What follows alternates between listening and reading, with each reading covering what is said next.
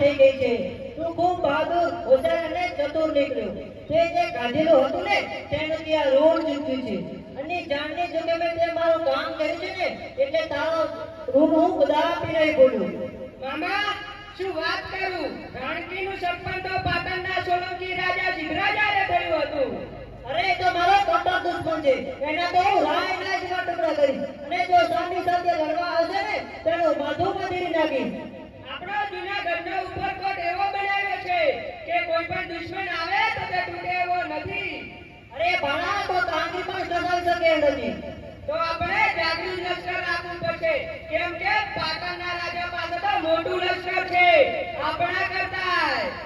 આવા મામા બહાદુર અને લડવૈયા હોય તો તને ચિંતા શા નહીં? જૂનાગઢનું પાણી સાચું અને શુરવીરનું છે, તે કદાપી પાછું નહીં પડે.